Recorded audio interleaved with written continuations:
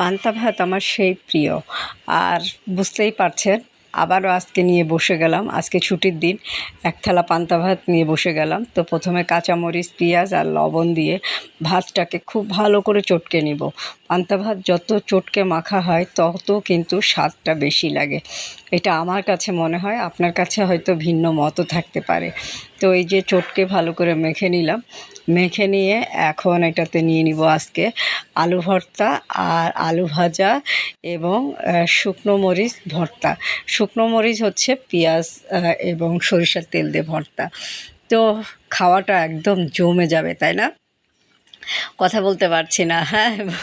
খাওয়ার পরে ভোকাল দিচ্ছি, তারপরও মনে হচ্ছে এখন পেলে এখনই আবার এক প্লেট ভাত খেয়ে ফেলতে পারতাম।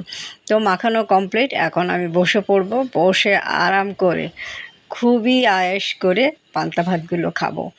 আমার মতো কার কার পান্তা ভাত প্রিয় একটা ছোট্ট কমেন্ট করে জানাবেন। আমার তো সেই পছন্দের খাবার, আমি ছুটির দিনে মিস করি না বললেই চলে। প্রায় প্রত্যেক ছুটির দিনে আমি এই খাবারটা খুব আয়েশ করে খাই। পান্তা ভাতের সাথে আলু ভর্তা হলে তো আর কিছুই লাগে না, কম্বিনেশনটা খুবই মজার। আলু ভাজা করা হয়েছিল রুটি খাওয়ার জন্য, তো সে আলু ভাজাও একটু নিয়ে নিলাম এবং নিয়ে নিয়েছি মরিচ। এখন মাখিয়ে ঝুঁকিয়ে খুব মজা করে খেতে থাকবো। তো খেতে খেতে বিদায় নিব। আপনারাও এরকম মজা করে পান্তা ভাত খেয়ে ফেলবেন। তবে শীতের দিনে কড়কড়া ভাত খেতেও কিন্তু বেশ লাগে।